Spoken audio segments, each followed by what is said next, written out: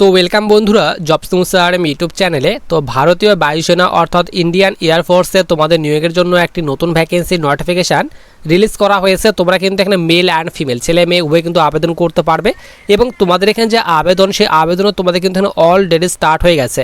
তো সমস্ত রকমের ডিটেলস আলোচনা করব, সিলেকশন প্রসেস কী রাখা হয়েছে, বেতন কি তোমাদের এখানে দেওয়া হবে সিলেকশনের পর, এবং তোমাদের এখানে বয়সের কথা কি বলা হয়েছে, হাইট চেস্টের কথা কি বলা হয়েছে, এবং তোমাদের এখানে আবেদন করার জন্য লাস্ট ডেট কি দেওয়া হয়েছে। তো অফিসিয়ালি নোটিফিকেশন অনুযায়ী সমস্ত রকমের ডিটেলস আলোচনা করব। তো দেখো তোমাদের কিন্তু এখানে বলা হয়েছে ভারতীয় বায়ুসেনা অর্থাৎ ইন্ডিয়ান এয়ারফোর্সে তোমাদের নিয়োগ করা হচ্ছে। এরপর দেখো সবার নিচে তোমাদের কিন্তু এখানে বলা হয়েছে invites online application from unmarried Indian male and female candidate.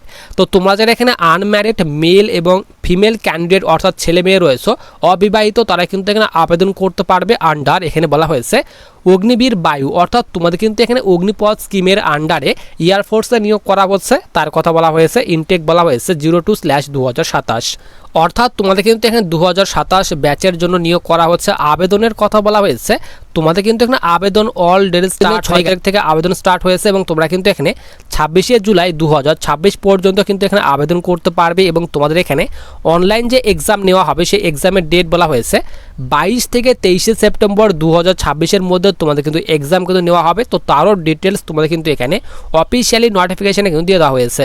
এরপর দেখো তোমাদের কিন্তু এখানে বলা হয়েছে অবশ্যই কিন্তু অনলাইন মোডে আবেদন করতে হবে। এখানে বলা হয়েছে application is required to be fill only online. তো অনলি অনলাইন মোডে কিন্তু আবেদন করতে হবে এবং তোমাদের এখানে রেজিস্ট্রেশন যে স্টার্ট হচ্ছে তো বলেই দিলাম 6 তারিখ থেকে তোমাদের কিন্তু আবেদন অলরেডি স্টার্ট হয়ে গেছে এবং তোমরা কিন্তু এখানে 26শে জুলাই 2026 পর্যন্ত আবেদন করতে পারবে। নিচে বলা হয়েছে এলিজিবিলিটি ক্রাইটেরিয়া, তো এজ লিমিট বলা হয়েছে তো যাদের জন্ম তারিখ এখানে 1 জুলাই 2005 থেকে এখানে 1 জানুয়ারি 2010-এর মধ্যে তারা কিন্তু এখানে আবেদন করতে পারবে, মেল ফিমেল উভয় আবেদন করতে পারবে।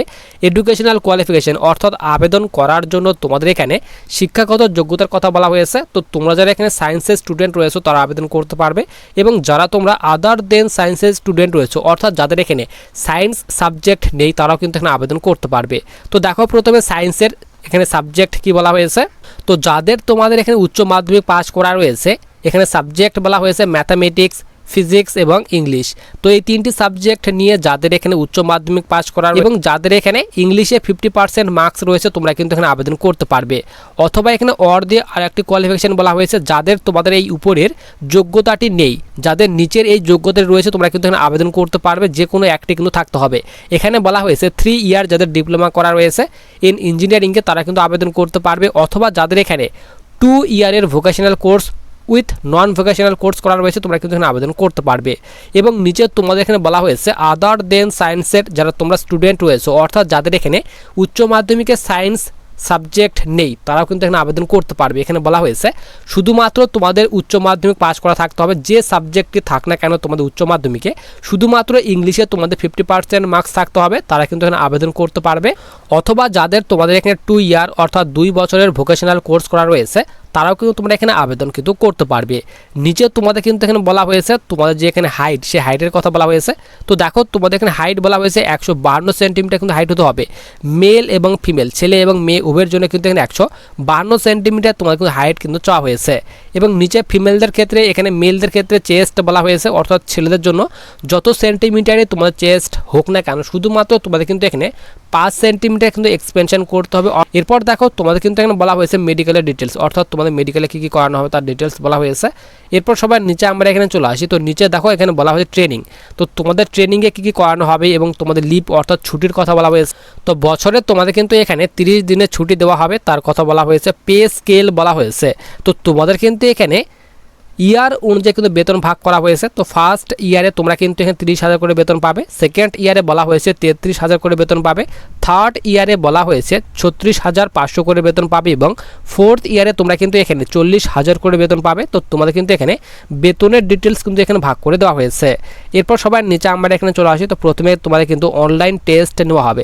তো ফার্স্ট ফেজে তোমাদের কিন্তু অনলাইন টেস্ট নেওয়া হবে। তো অনলাইন টেস্টের ডিটেলসে বলা হয়েছে তোমরা যারা এখানে সায়েন্সের স্টুডেন্ট রয়েছো তো তাদের জন্য জন্য বলা হয়েছে এক্সামে তোমাদের কিন্তু এখানে 60 মিনিট অর্থাৎ 1 ঘন্টা তোমাদের কিন্তু এক্সামের টাইম দেওয়া হবে এবং সাবজেক্ট বলা হয়েছে ফিজিক্স, ম্যাথামেটিক্স এবং ইংলিশ থেকে তোমাদের কিন্তু কোশ্চেন থাকবে।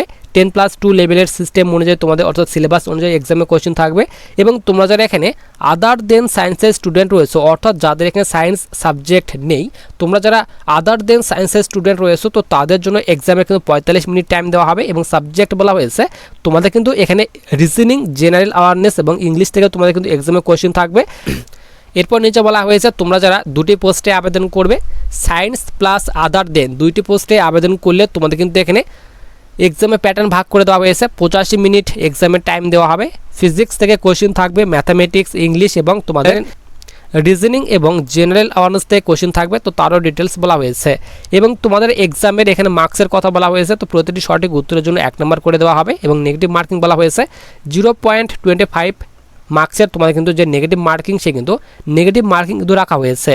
এরপর সেকেন্ড ফেজ অর্থাৎ তোমরা যারা রিটেন এক্সাম পাস করবে তো সেকেন্ড ফেজে তোমাদের কিন্তু এখানে যে মাঠ সে কিন্তু মাঠ নেওয়া হবে।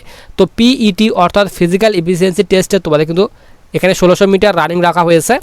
ছেলেদের জন্য এখানে 7 মিনিট টাইম দেওয়া হবে, মেয়েদের জন্য বলা হয়েছে 8 মিনিট টাইম দেওয়া হবে।